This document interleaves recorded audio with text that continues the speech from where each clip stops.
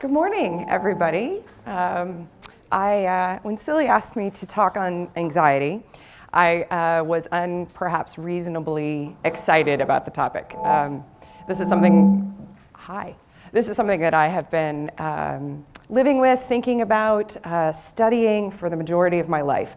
And so from being personally affected by it to learning greatly about it in graduate school and focusing on it in my clinical practice. And then I manage designers. I work in UX. This is an area that we confront all the time, just interpersonally, and how to harness this phenomenon, what it means to be human. So in thinking about how I wanted to talk to you guys about anxiety today, I live in metaphor. I think a lot of us live in metaphor. And so the through line for this talk has to do with swimming in poison water. And the two parts of that are, let's talk about the water that we're all swimming in. What is the zeitgeist that we're in?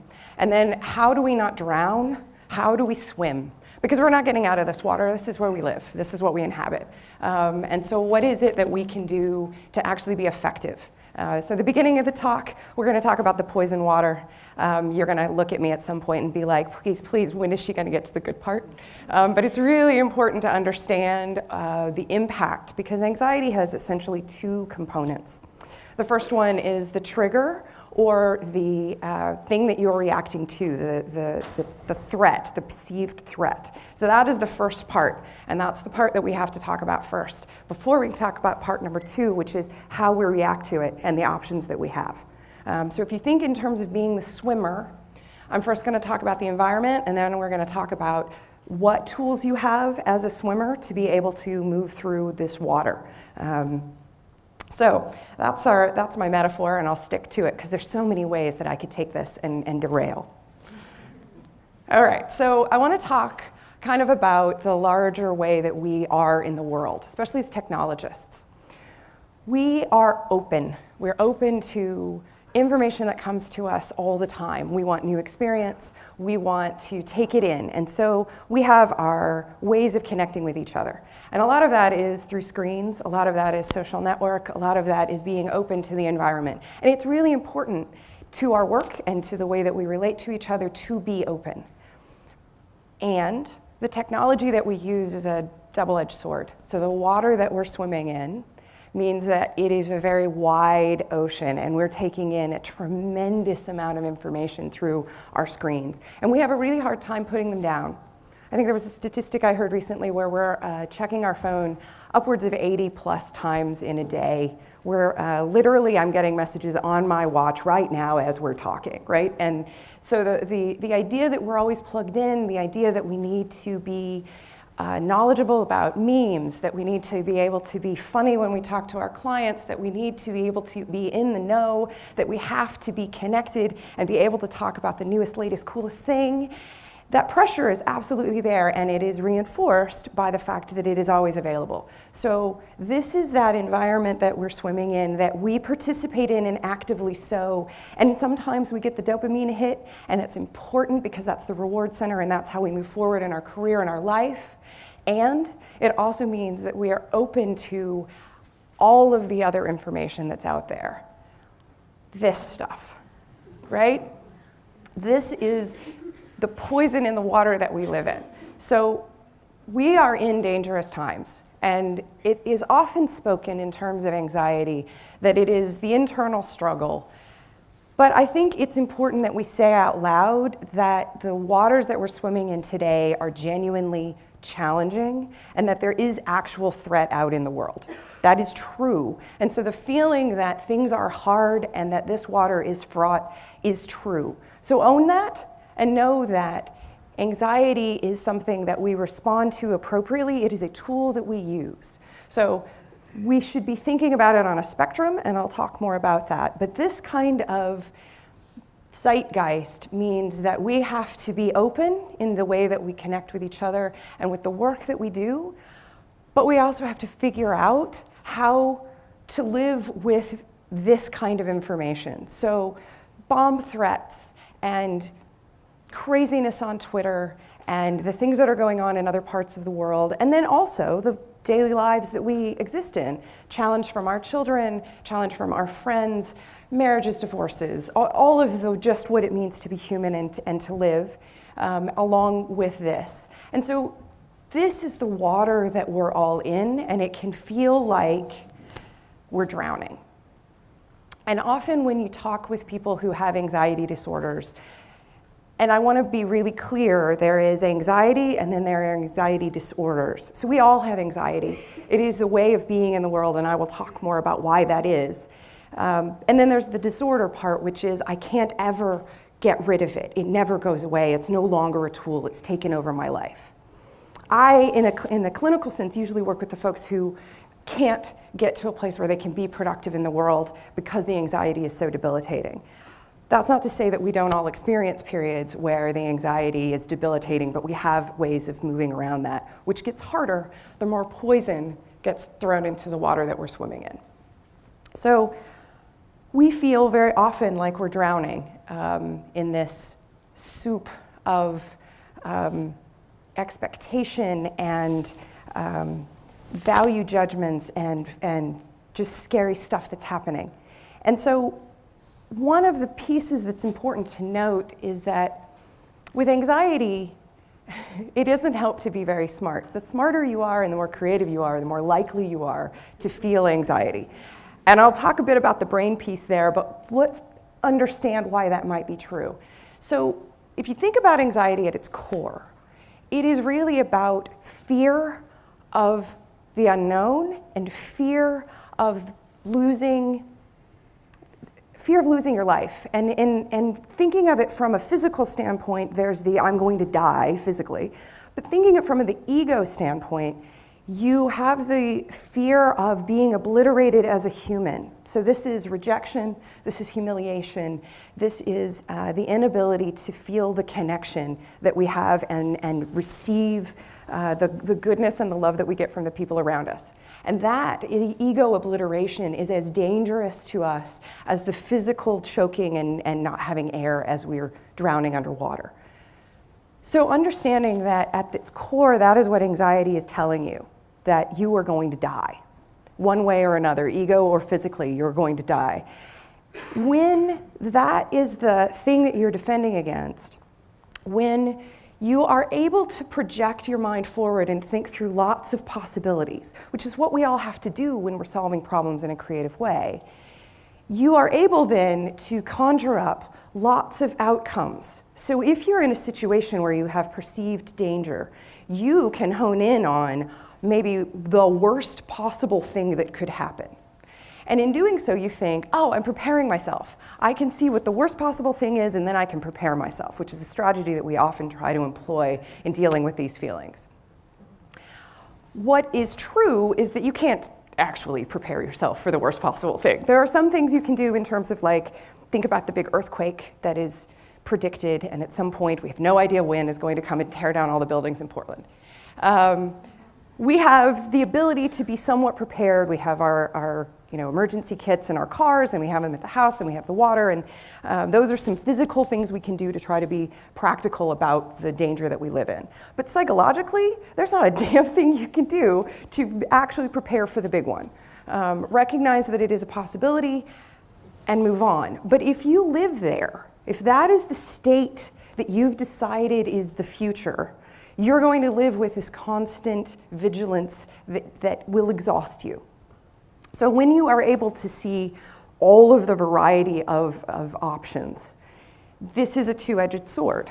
So often one of the things that I'll do when we're working with someone with a anxiety disorder is there is a thing called fortune telling, where you have this tendency to say, oh, I know what's going to happen. and I have to defend against that. That's why I have this anxiety. And what you have to loosen up in the work with someone is that you don't actually know what's going to happen, and that there's a wide variety of possibilities because you aren't able to predict all of the variables. And so let's talk about the best possible outcome. Let's talk about the worst possible outcome, and then let's take a look at all the things in between, because frankly, as humans, we are ridiculously bad at predicting outcomes. We have bias out the yin-yang, and so we just are not able to say this is most likely. In fact, we don't even like to hear from experts who are telling us things that are most likely. And so when the thing that pops up in your head, it says, oh, this is what's going to happen, treat that with a little bit of sensitivity that it is not the only option. But it also just means that creative people who are connected, taking in lots of information, being aware of the world around them, and being able to make predictions means that you're prone to feeling the feelings that go along with that. And it will be important that you take some ownership of what you're doing in the moment to predict the future. The other piece that I think is interesting, and some new research has picked up, is that our parents and grandparents, and for some great-grandparents, were in a variety of wars. And there's some new research that shows that the changes that happened in their DNA, based on their experiences of being in the world, are able to be transmuted down to the next generations. So if it feels like there are people who are more prone to anxiety, they sort of resonate at a higher level, they're up here more of the time. What we're finding is that that's not just who they are, it could also be who their grandparents were. PTSD can change the genes, that can change the genes, that can make you more likely to have anxiety 2 generations down. And so a lot of us have been our families have been sort of self-selecting in this way for intelligence, for creativity, and in some cases for anxiety. So just recognize that this is also something that we're beginning to learn about ourselves as a community. This happens to be something that we are going to have to be working with. So have I thoroughly depressed you all? Are we at the point now where you're like, I really think at this point you really should just stop talking? Okay, it gets better. So I want to talk a little bit about the tools. So you're a swimmer, you're swimming in really dangerous waters, and internally you're thinking, I don't know what I'm going to do about this if I'm hardwired to be anxious. That's just the way I have to be in the world, it sucks. So we do actually have some tools in the brain. And I want to talk a little bit about the brain structure, and I'm not going to go into a long, detailed lecture here, I promise. But it's important to recognize this because this is at the heart of the tool that we have to work with, and it's our brain. So the brain is in 3 sections largely. This is simplified, but that's kind of the nature of it. We have the oldest, which is back here. And it is the part of the brain that essentially is the cerebellum and the brain stem. And it's the part that says, I'm going to keep you alive. I'm going to regulate your breathing. I'm going to make sure that your heart keeps pumping. And the things you have to know by rote are going to be back here. So walking, as you are little, starts up here in the frontal lobe, and I'll get to that part. As you begin to learn something new and it feels really weird, it begins to move back here to the back brain. And when it's in the back brain, it's now something that you really can't unlearn. It's the origin of the whole ride a bicycle. Like there's a point now where unless you have a stroke and it damages that part of the brain, you are going to know how to walk. Even if you aren't able to because you've had a spinal cord injury, you still know how, you just aren't able to. All right, so that's the old part of the brain. It's important, we need it. Then we evolved a middle brain, and this is what we call the limbic system. This is the part of the brain that I pay a lot of attention to because this is emotion. And this is a part of the brain that is connected very strongly to the old part of the brain. It is very hard to talk to the limbic system. Talking is the more new part of the brain. That's the outside frontal lobe cortex. It's neo because it's new.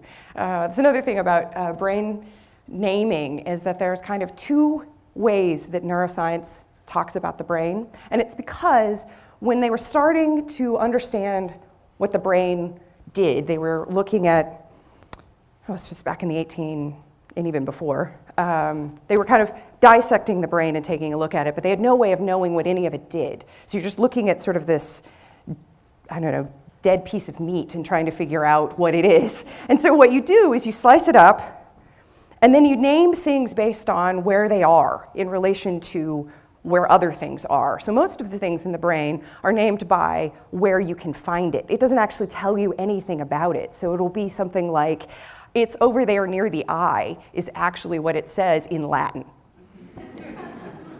The other thing that they'll do is they'll name it based on what it looks like. That looks like an almond. We're going to call it the amygdala. Sure, why not? And so everybody's had to learn the brain based on ancient Latin phrases for what it looks like or where it is. That is all that we have in the brain. So the limbic system has two parts that I want to talk about that are particularly important in processing anxiety. So I mentioned the amygdala. It looks like an almond. It's not terribly big, and it's the part of the brain which processes emotions, specifically negative emotions. So if you think about the limbic system's role in the world, if we have the back brain that's keeping me alive, then the middle system is scanning everything for danger so that I don't have to so I can run away, basically, fight or flight. I can fight the thing or I can run away from it. There's another F, but we don't have to talk about that in terms of anxiety. And so we need this system as this early warning to scan for the bear. And the interesting thing about the limbic system is that you can take information directly from your senses, and it goes right into the limbic system. And it says, I know what to do based on that thing over there that you haven't even recognized with your new part of the rational brain, that frontal lobe, hasn't even recognized that that thing exists, but I'm going to respond. And so there'll be times, and I'll hear this all the time, of like, the trigger that I responded to, it came out of the blue.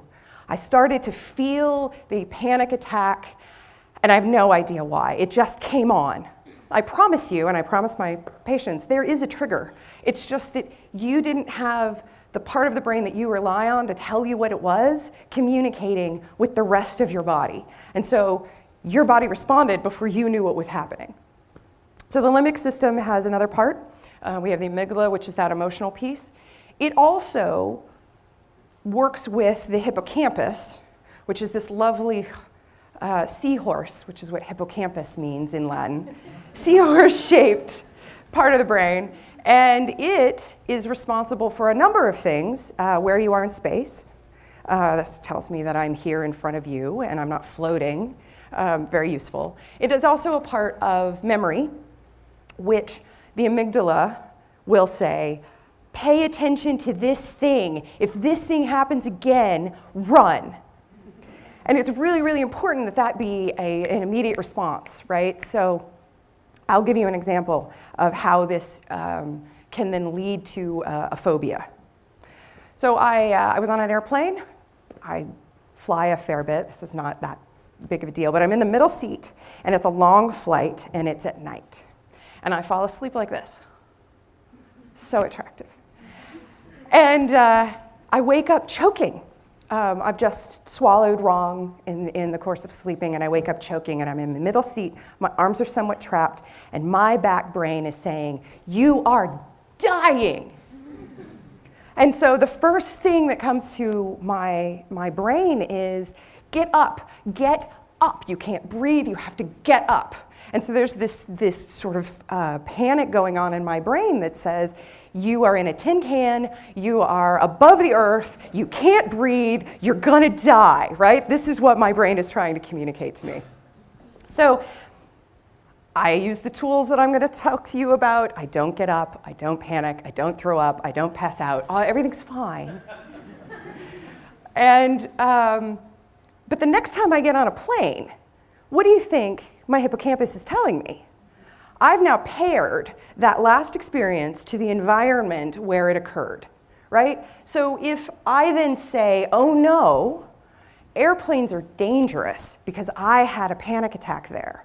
Now suddenly I'm afraid of flying. And that is how these things snowball. And it's logical. There's nothing illogical about this. You're responding to what your brain is very clearly telling you is wrong. But it isn't adaptive and it isn't effective.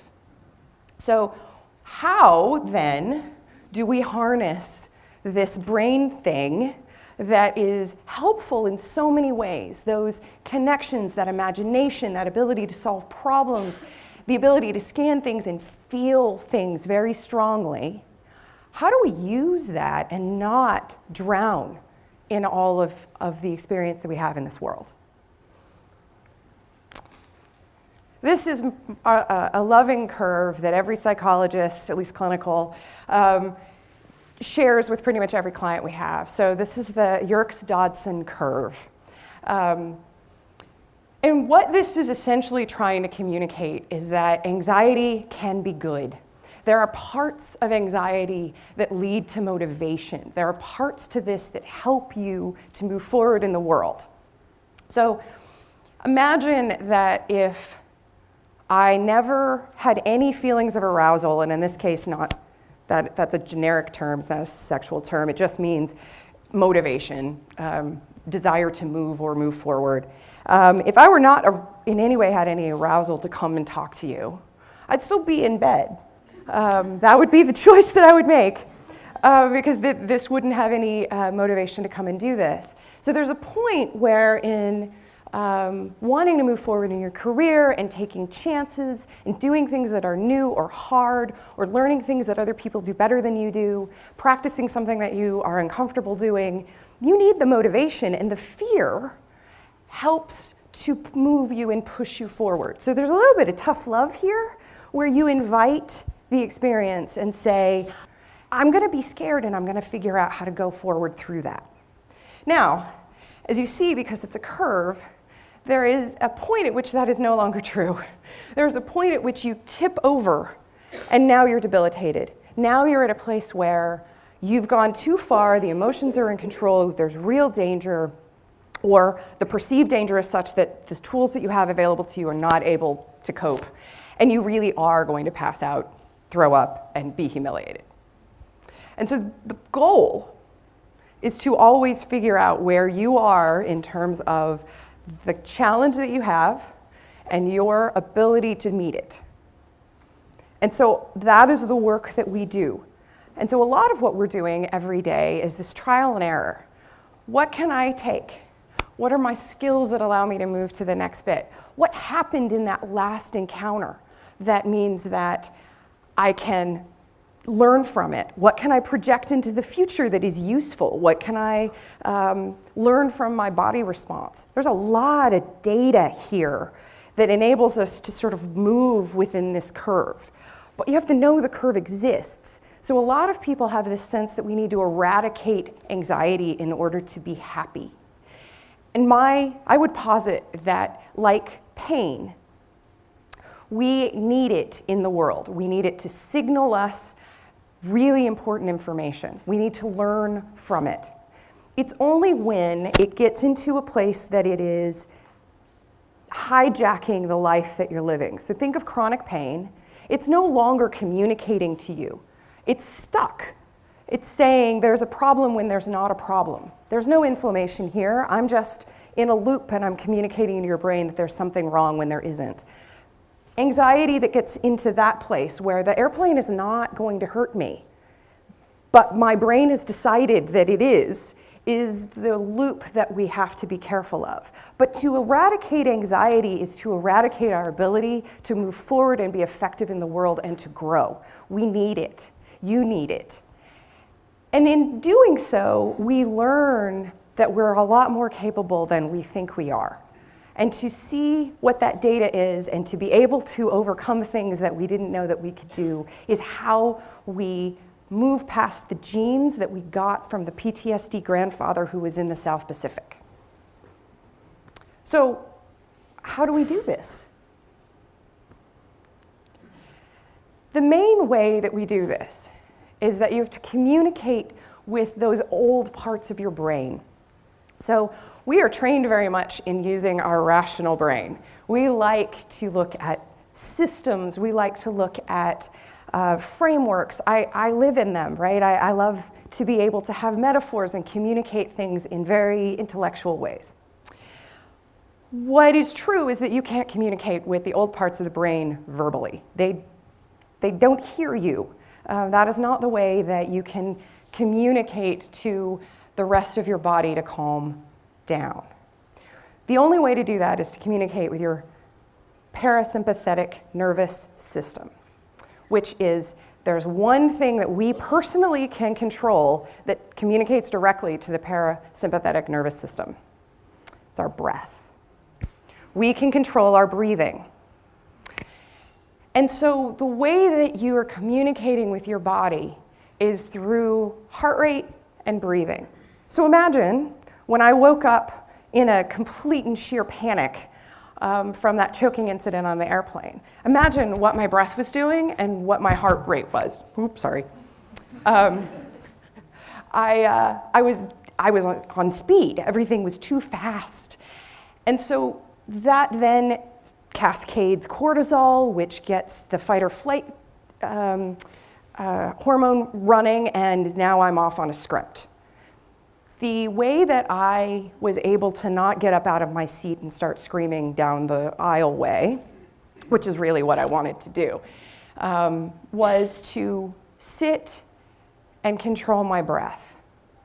So being able to tell my body that things are fine.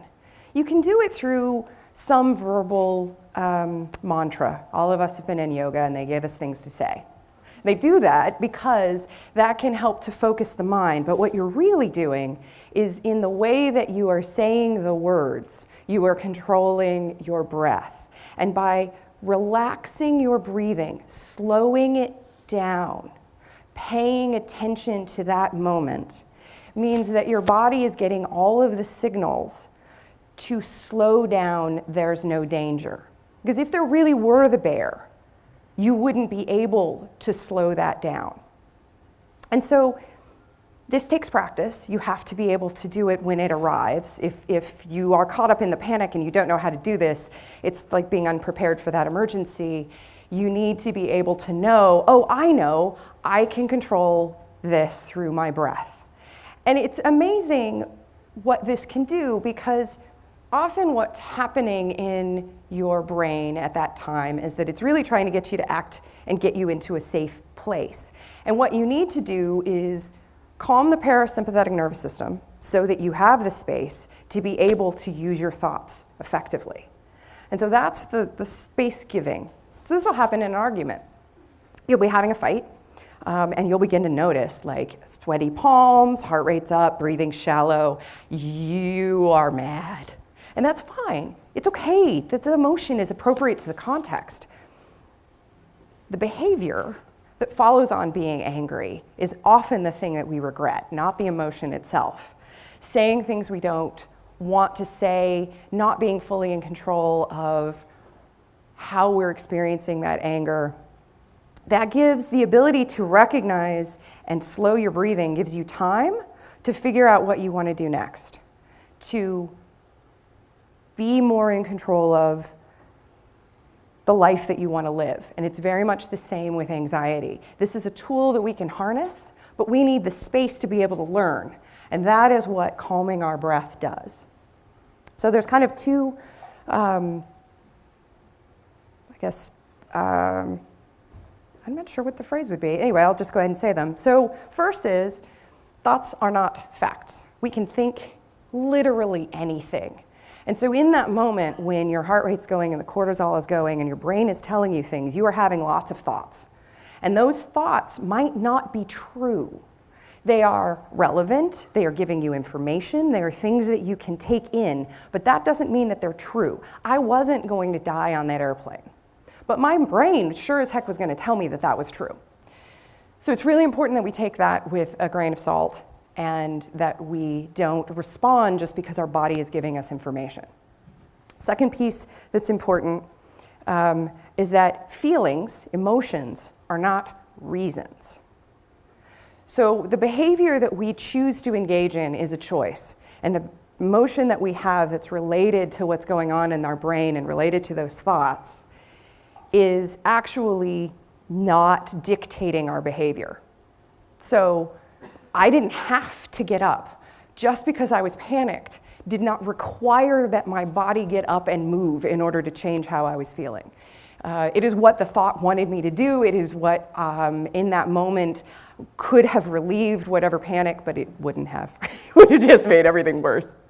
So it's important to note that in using the tools that we have to swim in this poison water, so think back to all of the openness, all of the information that you're taking in through the tablets, the watch, all of the stuff that we're open to, the connections, that you need to be able to use the tools to swim. And those tools are understanding how your brain works, understanding that you can talk to those old parts of your brain and get them to talk and get them to relax through your breathing, and that you have to be skeptical of your thinking because it's not all true, and that feelings, while valid, are not reasons for specific behavior. At which point you now are in a place to make a lot of choices. What do you want? How do you want it? You are in control in many ways, not always. There are going to be times when you're utterly out of control. It's true. I can't promise that. But you will have so much information to harness, so much data to work with, to move forward and use this kind of anxiety as a laboratory to be able to know, where are you now? What do you need to move forward? And then look back. How far have I come? So from a very super anxious small child to somebody who can speak in a large group, this is progress, right? And then sure, all of us have had this, but you didn't do this without recognizing the motivation that was pushing you to get to the next level, and then harnessing the tools that you have. So these are things that we can practice. These are things that we can get better at. This is a lab where we learn. And so that is something I wanted to focus on in terms of openness and technology. We don't have to do this the old school way. The old school way is what I was trained in, which is traditional mindful meditation, which in a creative environment actually works pretty well. We have the imagination to be able to go down a guided meditation and imagine where we want to be, and this is something that's relatively easy, except that we're also greatly distracted and distressed, and we can start to imagine a guided meditation that starts to go wrong. And so you can end up where you didn't want to be and have to detour back. So the old school meditation is still very powerful. I highly recommend it. There are also some helpers now that are relatively new, but they're able to use what we're already using in our technology. If we're already open to these, let's invite them in. So there's the lots of apps for guided meditation. It's becoming rather fashionable, which I am pleased by, although I really hope it's not the sort of thing where people are like, it doesn't work, because it is hard. This is not something that you can just pick up and be immediately good at, because your brain doesn't really want to not be frittering all over the place. Monkey mind is quite real. To be able to focus it takes a certain amount of practice and discipline. It's like core work, honestly. And so it takes practice, and there's a certain amount of how do I do this in a way that's rewarding. And so that's what experimenting with a variety of these apps can do, is to help you find the method that training yourself works within. The other piece that I'm pretty bullish about, and you may have heard me talk on this, is on virtual reality, specifically for meditation and also for treating anxiety disorders. So thinking back to talking about the limbic system, one of the interesting things about VR that I'm particularly fascinated by and am in the literature really excited about is that because VR takes in all of our senses, visual and sometimes haptic and auditory, our brain really can't tell the difference between that reality and this reality because the system that you're using to take in the information is the same. And so being able to do a guided meditation where your senses are fully engaged is just so much easier, because now it's a congruent between what your senses are taking in and your body's response to it. Whereas when you have to use your imagination, there's a little bit of suspension of disbelief that you have to engage, and that's a lot more difficult, especially if you're in a place emotionally or physically where you are not able to give it your all. And so VR for me speaks directly to those parts of the brain that we have a more difficult time reaching. And so I'm pretty excited about the opportunities there as that technology moves forward, and the research on it is really exciting. So though I wanted to just communicate that the technology that we use at the beginning of my talk can be very overwhelming, can also be a piece that we can use to help us with the training in becoming better swimmers. And really, that's the point.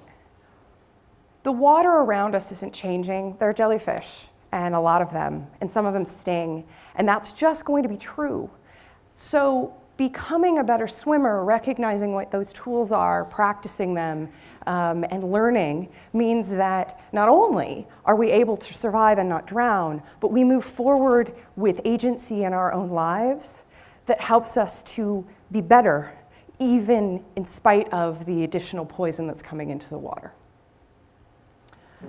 So hopefully this has been a helpful talk for you. I am very happy to answer whatever questions come up for you. That is the extent of this particular talk, although I'm happy to talk on this topic for a long time.